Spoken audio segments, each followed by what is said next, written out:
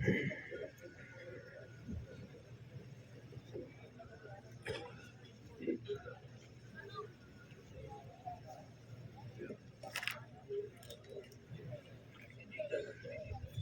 तो लाइव प्रसारण भी चालू है डी मीडिया पर भाई दीपक जी सैनी का चैनल के माध्यम से डी मीडिया पर आप देख सको इन्हें गाना दाएं बाद में काल देख लीजिए आ तो लाइव को आनंद लेना कहाँ है ए लाइव ए चीजा कभी सुनना खत्म कर दी लोग आवो ही घर बैठे बैठे गुदना बैठे बैठे सुने देखो वो देखो बोलो कत्तो कवि सम्मेलन के प्रति समर्पण देखो भाई साहब चड्डा कमाई आई था इसे कहते दीवानगी।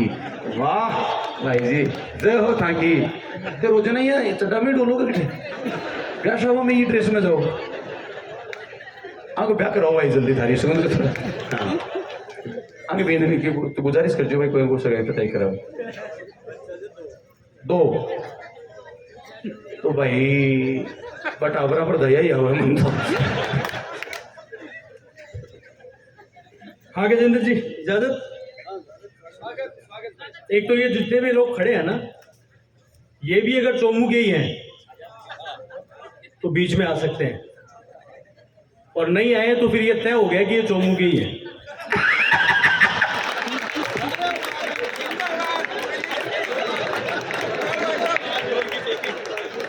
अब देख लो थाने सोचना कि कर लो कि नहीं करना। सहज सौम्य सुशील और गुणवान। अब कवि सम्मेलन को कवि सम्मेलन बनाना है। मेरे दो भाइयों ने बहुत मेहनत की है, गजेंद्र भाई बहुत मेहनत कर रहे हैं। दो बड़े स्टार हमारे बीच में लाफ्टर चैंपियन सुरेश अलबेला, स्टार वन के लाफ्टर के runner up doctor Kesardev Marwari, मैं खुद शेमारू टीवी का चैंपियन शंकर शिखर, तीन चैंपियन है लेकिन आना पड़ा हमें चोमू। तो अब जब हम चोमू आ गए हैं तो आपको कवि सम्मेलन को कवि सम्मेलन बनाना है और गजेंद्र भाई की और दीपा सैनी जी की जो मेहनत है उसको वहां तक लाना है। आपकी मूछें बड़ी कमाल लग रही है, मैं आपका मुरीद हो गया। चेयरमैन साहब है, मुझे पता है इतने सुंदर चेयरमैन लाए हो आप कि 15-20 साल तक तो इनके घर वालों के समझ में नहीं आई कि बारात आएगी कि जाएगी। आपके विधायक जी निकल गए क्या रामलाल जी? हाँ वो भी बहुत सुंदर है भाई, बचपन तो उनका भी अच्छा ही रहा होगा। खैर जो भी है, मैं आपको बता रहा हूं कि कवि सम्मेलन खोलने की जिम्मेदारी चौथी लाइन में व्यंग्य समझ गए हो तो आपकी जिम्मेदारी है। और ये इधर वाला मोहल्ला बैठा है, आपको इस भीड़ से अलग इधर बैठाने का कारण सिर्फ इतना सा है कि आप कुछ महत्व रखते हैं। ऐसा नहीं है कि हम लोग ऊपर बैठे और आप नीचे। जो पलड़ा तराजू का जो पलड़ा हल्का होता है वो हमेशा ऊपर होता है, भारी नीचे होता है। एक बार जोरदार तालियां चोमू वालों आप अपने लिए बजाओ और उसके बाद में कवि सम्मेलन को कवि सम्मेलन बनाओ कि सहज सौम्य सुशील और गुणवान। डॉक्टर साहब, सहज सौम्य सुशील और गुणवान केवल कवि नहीं, साथ में एक बढ़िया इंसान, धरती अंबर चांद तारे और रवि इन सब में हो जिसकी शानदार छवि, ऐसा कमाल का हास्य कवि शंकर शिखर मैं ही हूं। ताली बजाओ। वाह भाई, अमेरिका, अफ्रीका, ऑस्ट्रेलिया, जर्मनी और Japan, Iraq, Iran, Syria, Bhutan और पाकिस्तान, इन तमाम देशों में आपके इस लाडले कवि के हर साल चर्चे होते हैं। लोग आपस में बात करते हैं कि यार भारत से इतने कवि आगे ये क्यों नहीं आता। तो थानेदार जी, सीआई साहब, ऐसा हल्का काम नहीं है, पुलिस के ऊपर ऐसी कोई बात करने की जरूरत नहीं है। मैं तो एक महाकाव्य लिखा मैंने चोमू पर। चोमू पर मैंने महाकाव्य लिखा, दो टनी चपेट थी। 2005 में लिखा, 2 टनी 2005 में लिखा। और सच्ची घटना पर अगर सच्ची पंक्तियां आप तक पहुंच जाए तो मेरे चोमू के प्यारे निवासियों, आज बता देना कि चोमू जयपुर की राजधानी है। बताना है आपको कि बस में यात्रा करते हुए मैं चोमू स्टैंड पर आया। अब की बार तालियां अतिरिक्त चाहिए आपकी कि बस में यात्रा करते हुए मैं चोमू स्टैंड पर आया तो कानों में आवाज बड़ी, बाबूजी 10 की 2 ले लो, चोमू के बेर लाया। यहाँ के बेर बड़े प्रसिद्ध है। रुको, एडवांस पेमेंट मत करो, चोमू ही हो गया। हाँ, कि बस में यात्रा करते हुए मैं चोमू स्टैंड पर आया तो कानों में आवाज पड़ी, बाबूजी 10 की 2 ले लो, चोमू के बेर लाया। मैं अनसुनी कर गया तो अगली सीट पर आया और 10 की थैली 5 में दे गया। सोच ही रही है डोकरा तो कान आगरे एक बुजुर्ग बैठे थे, बोले अरे सोचिए डोगरा तो काने बोरों में टल गया और डोगरा और भी चतुर, बोले यार 2 अठन्नी चिपका हुआ सिक्का 5 में चल गया। वाह वाह शंकर जी, डोगरा और भी चतुर, बोले यार 2 अठन्नी चिपका हुआ सिक्का 5 में चल गया। तो एक होशियार दूसरा 1.5 होशियार। अब की बार जो तालियां हैं वो चोमू के जितने भी लोग घर पे उनको पता चल जाना चाहिए कि कवि सम्मेलन हो रहा है। दो अठन्नी चिपका हुआ सिक्का 5 में चल गया। एक होशियार दूसरा 1.5 होशियार, एक होशियार दूसरा 1.5 होशियार, दोनों की चतुराई है। और सीकर बदलो चाहे जयपुर, पर यह चोमू तो वाकई हुई है।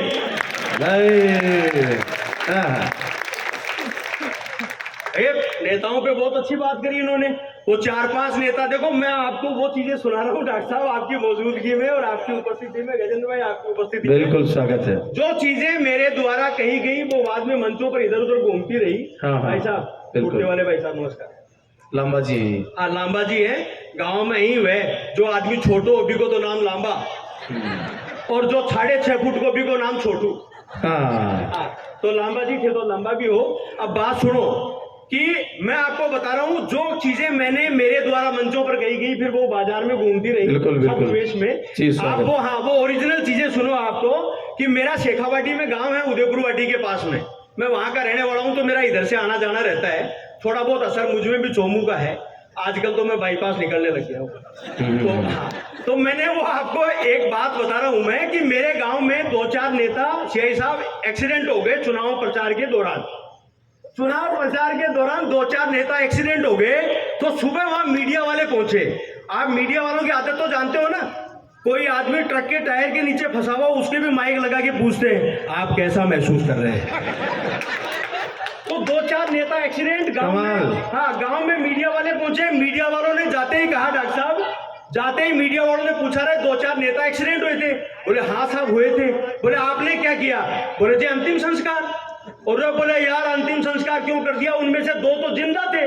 बोले साहब हो सकता है 2 जने कह तो रहे थे कि हम जिंदा हैं, पर हमने सोचा नेता है झूठ ही बोल रहे होंगे। हाँ नेताओं की बात कोई मानता नहीं। मैं कवि सम्मेलन में जा रहा हैदराबाद, डॉक्टर साहब मेरे साथ में एक सच्ची घटना हुई। वो सारी नई चीजें सुनो आपको कि जैसे ही मैं हैदराबाद जा रहा ट्रेन में तो मेरे साथ सामने की सीट पे डॉक्टर केसरदेव मारवाड़ी जी। तो साहब सामने की सीट पे एक महिला बैठी बगल वाली पे, उसके साथ 3-4 बच्चे, और हर बच्चे में 5 साल का अंतर। व्यंग समझना सीआई साहब, पुलिस भी समझती है।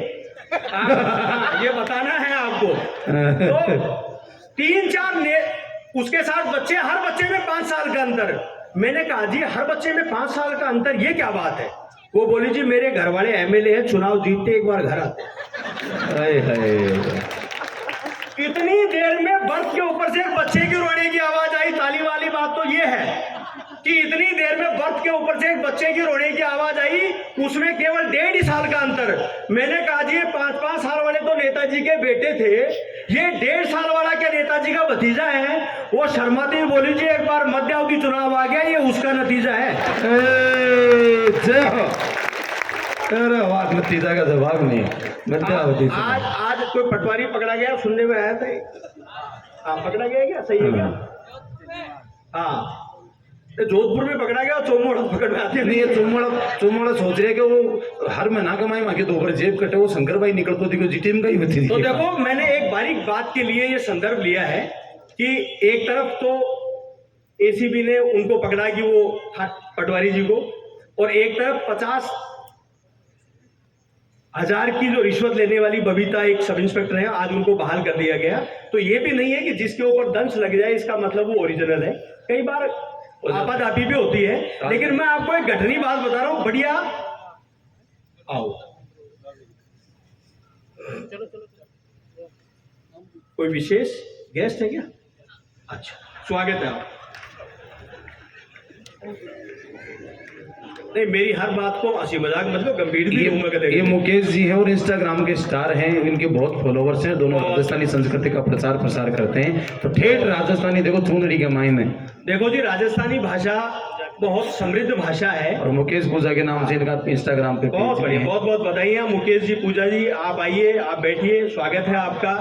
और दोनों जना ये बढ़ाता रहो। हाँ। चोमू का ही हो गए, सीकर का हो गए। हाँ, तो वो भी कौन बदलो, चुंदड़ी का पड़का हाँ, शिकर वाला सा।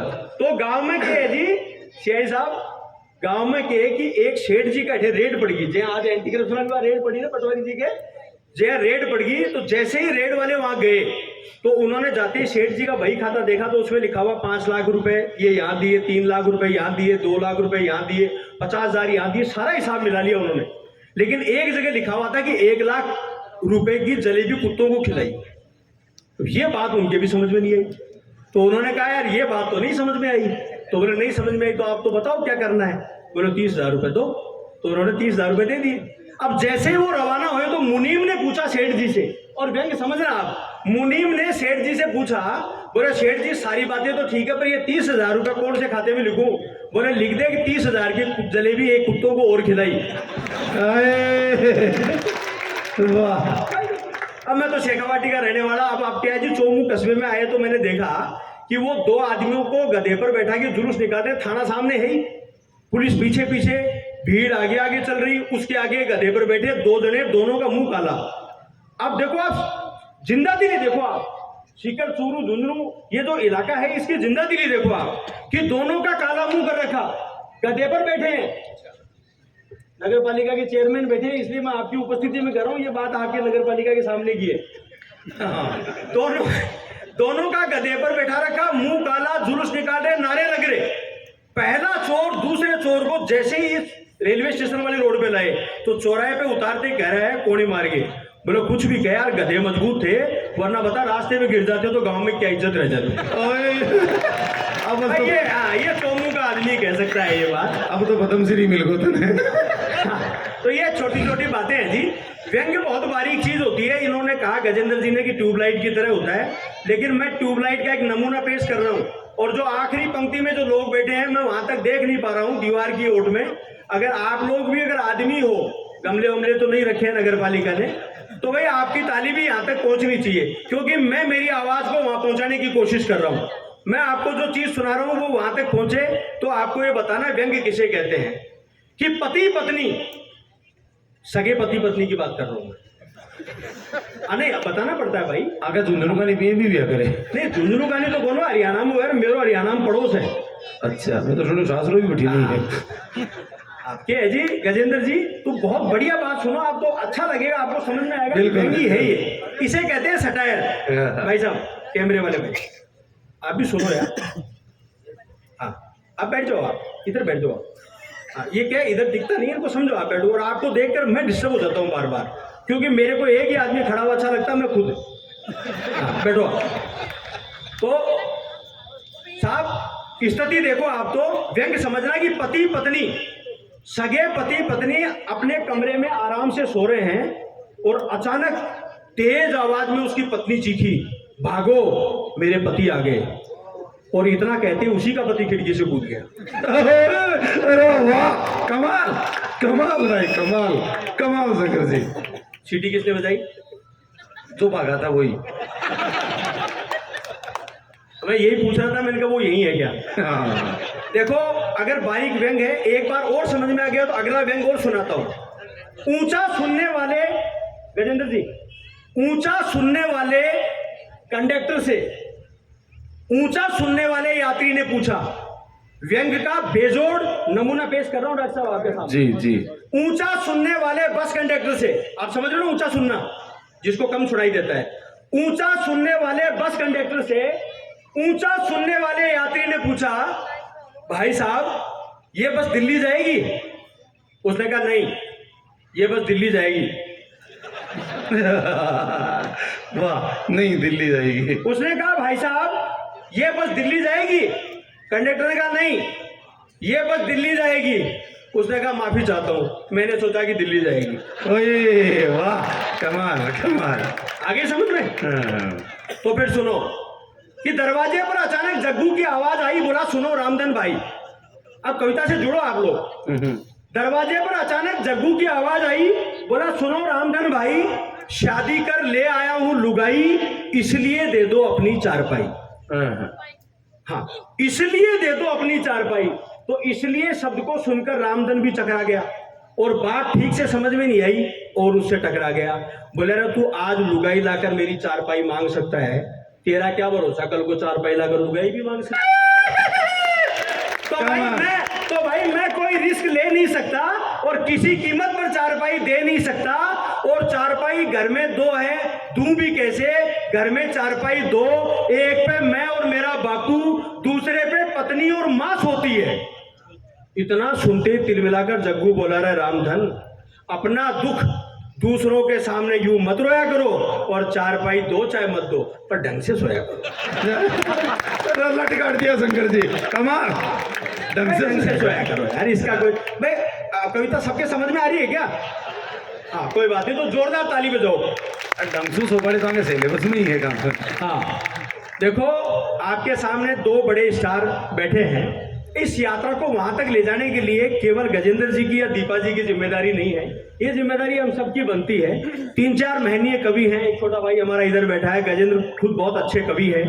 इन सबको सुनने के लिए, हमें वहां तक ले जाने के लिए आपको मुखरित होना पड़ेगा, बिल्कुल हाथ खोलने पड़ेंगे और आपको उसी मुद्रा में रहना पड़ेगा कि हम कवि सम्मेलन सुनना चाहते हैं। आप व्यंग्य की बात समझ रहे हैं। मैं एक छोटी सी रचना सुना देता हूँ, लंबी टीम है और ये पूरी रात ये सिलसिला चल सकता है। मैं एक छोटी सी अच्छी महनीय कविता, जो मेरे मन की कविता है, वो दीपा जी में सुना देता हूँ। डॉक्टर साहब क्यों मान कौन सुनाओगे? आप ही को सुना रहा हूँ मैं। हाँ, बहुत अच्छी कविता है, गजेंद्र जी बहुत प्यार करते हैं, बहुत अच्छा संचालन करते हैं। और सबसे बड़ी बात देखिए, आप पैसे से अध्यापक हैं, इनके लाखों फॉलोअर्स हैं, लाखों, और बहुत अच्छा काम करते हैं। और सही बात बताऊं, राजस्थानी मुझे बहुत प्रिय है।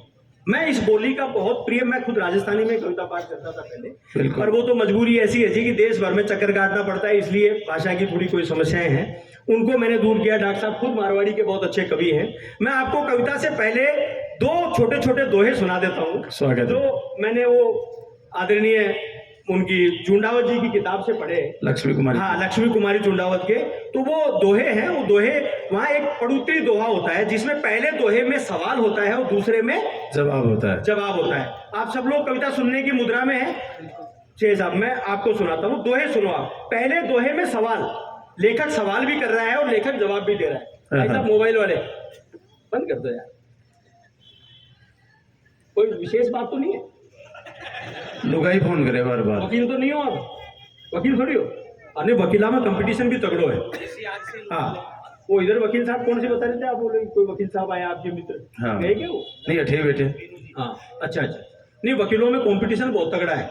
वो एक वकील ने किसी का मुकदमा ले लिया, 1 लाख रुपए फीस ले ली, उसके बावजूद उसको फांसी होगी। तो सुबह वो जो कोर्ट में गया तो दूसरा वकील सीआई साहब उसके कोनी मार के कह रहा है, बोले यार लोग पैसे कैसे ठगा रहे हैं, यही फांसी में 50,000 रुपये लगवा देता। ओए तो भाई देखो, अगर वकील नहीं हो तो फिर आप बात सुनो। आप, मैं आपको कविता तक लेके चलता हूँ। सवाल और जवाब के दो दोहे सुन लो जो मेरे मन के हैं। मैंने नहीं लिखे हैं लेकिन मुझे पसंद बहुत है। राजस्थानी के राज भाई ने बहुत अच्छी कविता सुनाई भगत सिंह पे। मैं इसलिए कह रहा हूँ कि आपको कवियों को अच्छा मौका दो। चोमू में तो शायद आप लोग, बहुत सारे लोग बता रहे थे कि पहली बार कविता सुन रहे हैं, पर हकीकत यह है कि चोमू के लोगों, आपने बता दिया कि पहली बार ही सही लेकिन कविता बहुत अच्छे ढंग से सुन रहे हैं आप। वाकई, इसलिए जोरदार तालियां एक बार आप अपने लिए बजाओ और पूरा मंच भी इनके लिए तालियां बजाए। बहुत अच्छा सुन रहे हैं यार। और मैं तो अब से कहना शुरू करूंगा कि चोमू अब वैसा नहीं है। हाँ भाई, वो वैसे का मतलब बसावट काफी हो गई है, कस्बा बहुत बढ़िया बन गया है। चोमू में तहसील है, सीआई साहब बहुत अच्छे हैं हमारे, वो राजेंद्र निर्वाण साहब जयपुर से आए हैं, वो तो वो में हमारे बहुत अच्छे मिलने वाले हैं, वो बड़े भाई हैं। तो मैं ये कह रहा था आपको कि पुलिस भी चोमू में आके बहुत अच्छा। मदन जी पधारो, मदन जी बागड़ा साहब, आ जाओ, मंच पर ही आ जाओ बागड़ा साहब। जोरदार तालियां गड़गड़ाहट मदन जी बागड़ा साहब के लिए। और आ जाओ मदन जी, थे भी क्यों चिंता करो, आ तो सारा ही मंच पर आ रहे हैं। हाँ आ जाओ, कोई बात, बहुत स्वागत है इनका, विराजिए मदन जी बागड़ा साहब। तो मैं आपको कविता तक लेके चलूं, पहला दोहा आप तक पहुंचा रहा हूं और पहले इस दोहे से आपको बताना है कि गजेंद्र सिंह तक, गजेंद्र कविया तक ये यात्रा पहुंचेगी तो राजस्थानी को आप कितना प्रेम करते हैं। पहला सवाल है कि शंकर पूछे लक्ष्मी एक अचंबो मोय। आहा, शंकर पूछे लक्ष्मी एक अचंबो मोय, कवि दाता और सूरमा। ये दीपा सेनी, दीपा सेनी नगर पालिका में नौकरी करती हैं, अधिकारी हैं, लेकिन कविता के प्रति अनुराग देखो आप, ये अनुराग ऐसे ही नहीं आता है। इस अनुराग के लिए कवि ने कहा लिखा है कि देखो, शंकर पूछे लक्ष्मी एक अचंबो मोय, कवि दाता और सूरमा तीन घर क्यों ना होए। बिल्कुल। शंकर पूछ रहे लक्ष्मी जी कि आप, मुझे एक अचंबा हो रहा है कि आप कवि, दातार और सूरमा इनके घर में क्यों नहीं रहती है। तो जो जवाब है ना, वो जवाब इन कवियों के लिए तालियां बनती है। आपको तालियां रोक कर रखनी है और इस दोहे के अंत में आपको तालियां बजानी है कि शंकर पूछे लक्ष्मी एक अचंबो मोय, कवि दाता और सूरमा तीन घर क्यों ना होए। तो लक्ष्मी जी ने जवाब दिया कि कविगर मारी बहनड़ी सरस्वती, कविगर मारी बहनड़ी और दाता दे लुटाए। दातार के घर क्या करूंगी, लुटा देगा कि कविगर मारी बहनड़ी दाता दे लुटाए, सूरा घर रांडी रहूं। सूरवीर को धन दौलत से क्या लेना देना, कि सूरा घर रांडी रहूं तो रहूं सूम घर छाए। जोरदार तालियां राजस्थानी के लिए आप बजाएं एक बार। मैं एक क्रम में हूं, अपनी कविता सुना देता हूं। एक बढ़िया सी कविता है मेरी, रेल यात्रा। रेल यात्रा, स्वागत स्वागत। मैं कह रहा भगवान जल्दी करो, दिल्ली की रेल आज समय पर आएगी। आपके आसपास स्टेशन भी पास ही है ना। हाँ, स्टेशन रोड ही है। तो कविता से सुनना, पहली लाइन से व्यंग पकड़ना। ये माताएं बहनें आगे बैठी है, इनकी जिम्मेदारियां बहुत बनती है, क्योंकि हम आपको आगे इसीलिए बैठाते हैं, हर काम में आपको आगे करते हैं, सिर्फ एक ठोका पीटी के अलावा। हाँ नहीं, वो ठोका पीटी में इसलिए कि अगर आपको आगे कर देंगे ठोका पीटी जरूर होगी भाई। इससे बढ़िया है कि इनको आगे मत करो। तो माताएं बहनें यहाँ बैठी, बहुत संख्या में बैठी हैं, बुजुर्ग माताएं वहां पर बैठी हैं। देखो, स्त्रियों का सम्मान जो है वो बहुत जरूरी है, और इसलिए मैं आपको पहली कविता की पहली लाइन से घर से कविता उठाई और वहीं से सुना रहा हूँ। और एक एक लाइन पे आपको हंस लिए खूब, तालियां भी बजानी है भाई। तालियां बजाने के लिए आदमी थोड़ी जोबनेर से लेके आएंगे, तो आपको हाँ तालियां बजानी है। पहली लाइन से आपको कविता से जुड़ना है कि मैं कही रहा भाग्यवान जल्दी करो, दिल्ली की रेल आज समय पर आएगी। मैं कही भाग्यवान जल्दी करो, दिल्ली की रेल आज समय पर आएगी। वो बोली जी इतनी भी क्या जल्दी है, भारतीय रेल है, कौन सी समय पर ही जाएगी। वो बोली जी भारतीय रेल है, कौन सी समय पर ही जाएगी, और चली भी गई तो दौड़कर पकड़ लेंगे। अगली पंक्ति में मेरा दावा है, आपकी बात समझ में आएगी, कि चली भी गई तो दौड़कर पकड़ लेंगे। धीरे चलने वाली रेल कई है, मैंने कहा ज्यादा तेज मत दौड़ना, नहीं तो वो हाथ लग जाएगी जो आधे घंटे पहले गई है। हाय हाय। तो भाई देर सवेर गाड़ी आई मगर एक समस्या विकट हो गई। देर सवेर गाड़ी आई मगर एक समस्या विकट हो गई। घर से रिजर्वेशन की सोचकर चलते चले थे, भीड़ के चलते जनरल की टिकट हो गई। तो अचानक खिड़की से आवाज आई, भाभी जी कुल्ली चाहिए तो हाथ करो। वो मेरी तरफ देखकर बोली जी कुल्ली तो घर से ही साथ है, सीट दिला सको तो बात हाय हाय वाह। बोली जी कुल्ली तो घर से ही साथ है, सीट दिला सको तो बात करो। वो बोला कौन सी चाहिए, सीट दो है, एक 100 की है तो दूसरी 50 की है।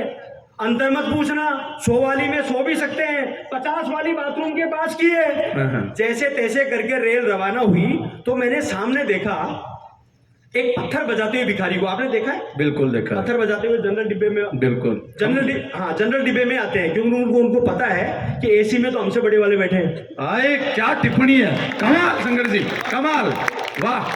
तो जनरल डिब्बे में उन्हें पत्थर बजाते हुए भिखारी को देखा हो आप, जयपुर सीकर चौक वाले जो है डेली यात्रा करने वाले लोग। तो आपको कविता पहुंचा रहा हूँ, हास्य व्यंग की कविता है लेकिन करुणा की यात्रा करे और आपके दिल तक पहुंच जाए। तो इस मंच को वहां तक लेके जाना है, मेरी जिम्मेदारियां मैं निभा रहा हूँ, कुछ जिम्मेदारियां आप भी अपनी निभाना। कि पत्थर बजाते हुए मैंने भिखारी को देखा तो मैंने कहा शर्म नहीं आती, भीख के नाम पे मुफ्त में यात्रा कर रहा है, लोगों से पैसे लेके अपनी जेब भर रहा है। उसने कहा बाबू गुस्सा मत करो, उसने कहा बाबू गुस्सा मत करो, उसने कहा बाबू गुस्सा मत करो, आने दो आने दो। उसने कहा बाबू गुस्सा मत करो, आने दो, और मेरा दर्द बस मुझे ही गाने दो। आप क्या समझते हैं, तालियां मांगती है पंक्ति, अगली पंक्ति, क्या आप क्या समझते हैं, आप क्या समझते हैं इन कदमों को, आप क्या समझते हैं इन कदमों को, इस डिब्बे में यूं ही बढ़ने दिया है। अरे भीख मांगने के लिए रिश्वत दी है, तब जाकर चढ़ने दिया है। अरे कमाल शंकर जी, कमाल चढ़ने दिया है। तो भिखारी के सटीक जवाब ने, भिखारी के सटीक जवाब ने कि भिखारी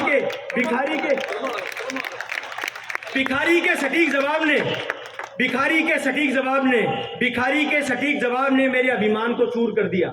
भिखारी के सटीक जवाब ने मेरे अभिमान को चूर कर दिया। जाते जाते ऐसा कह गया, मुझे सोचने पर मजबूर कर दिया। मैं सोच ही रहा था कि एक बच्ची मेरे सामने आई। कन्या भ्रूण हत्या देश की सबसे बड़ी समस्या है।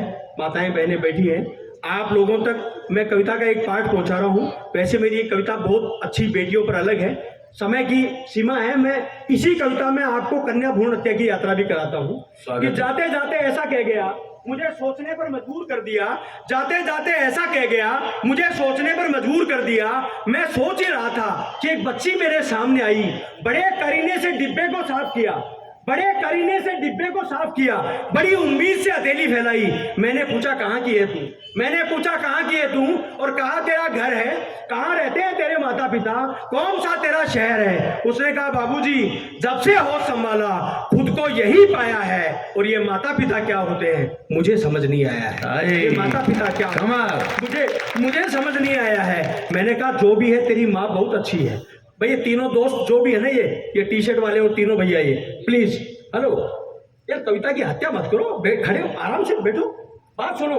ये कविता की ये पंक्ति शायद हो सकता है कि तुम्हारे जीवन में काम आ जाए, शंकर शिखर काम आए नहीं आए, ये कविता की लाइन काम आ सकती है, क्योंकि ये घर घर की पीड़ा है। शेर साहब, घर घर की पीड़ा है। किसी न किसी कोने में कहीं न कहीं जो वो नन्ना सा जीव पड़ा मिलता है। आपको वहां तक की यात्रा कराता हूं। उसने कहा बाबू, जब से होश संभाला खुद को यही पाया है, ये माता पिता क्या होते हैं मुझे समझ नहीं आया है। मैंने कहा जो भी है, मैंने कहा जो भी है तेरी माँ बहुत अच्छी है, उसने समय के सारे मिथकों को तोड़ दिया है। अरे तू बेटी है, इसके बावजूद तुझे जिंदा छोड़ दिया है। कमाल, बेटी है, तुझे जिंदा छोड़ दिया है। अरे वरना माताएं वो भी हैं, वरना माताएं वो भी हैं जो अपने आप को समस्या से उबार लेती हैं और बेटों की चाह में बेटी को मार देती हैं।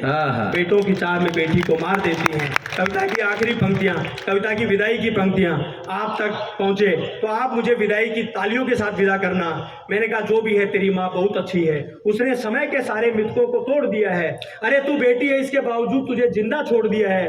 वरना माताएं वो भी हैं, वरना माताएं वो भी हैं जो अपने आप को समस्या से उबार लेती है और बेटों की चाह में बेटी को मार देती हैं। तो कश्मीर सी घाटी में, कश्मीर सी घाटी में रेगिस्तान नजर आया, मुझको जनरल डिब्बे में पूरा हिंदुस्तान नजर आया। वाह वाह, पूरा हिंदुस्तान नजर आया। जय हिंद, जय भारत।